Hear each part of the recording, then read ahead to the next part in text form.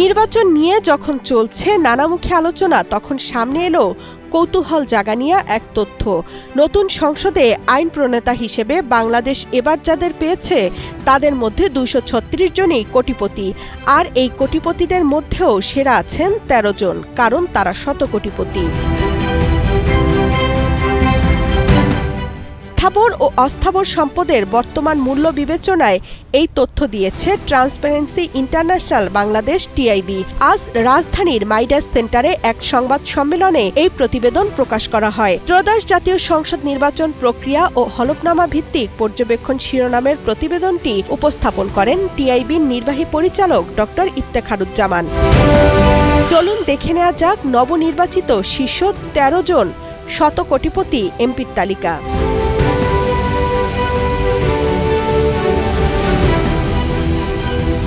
বিজয়ী সম্পদশালীদের মধ্যে শীর্ষ ধনী আব্দুল আউয়াল মিন্টু নির্বাচিত হয়েছেন ফেনী ৩ আসন থেকে। বিএনপির এই নেতা ও তার স্ত্রী নাসরিন ফাতেমা আউয়ালের মোট সম্পদের বর্তমান মূল্য ৬০৭ কোটি টাকা।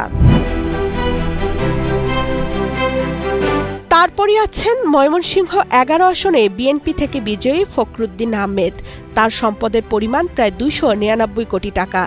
বাকি শতকোটিপতিরা হলেন কুমিল্লা ৮ আসনে জাকারিয়া তাহের ২৯২ কোটি, বগুড়া ৫-এর গোলাম মোহাম্মদ সিরাজ ২৫৬ কোটি, চাঁদপুর ২-এর মোহাম্মদ জালাল উদ্দিন ২৩১ কোটি, শরীয়তপুর ২-এর মোহাম্মদ শফিকুর রহমান কিরণ ১৮৫ কোটি, ঢাকার ৭ আসনে হামিদুর রহমান ১৬১ কোটি এবং মৌলভীবাজার ৩-এ নাসের রহমান ১৪১ কোটি টাকা। শতকোটিপতিদের মধ্যে আরও আছেন চাঁদপুর ৪ আব্দুল হান্নান, লক্ষ্মীপুর ৩ শহীদ উদ্দিন চৌধুরী এনি, শরীয়তপুর ১ সাইদ আহমেদ, ঢাকা ৮ মির্জা আব্বাস এবং মানিকগঞ্জ ৩ আফরোজা খানম। টিআইবির প্রতিবেদনে আরও বলা হয়, ত্রয়োদশ জাতীয় সংসদে ৭৯.৪৬% সদস্য কোটিপতি, আর বিজয়ীদের একটি বড় অংশের পেশা ব্যবসা। তামান্না তাহসিন খান, কালের কণ্ঠ।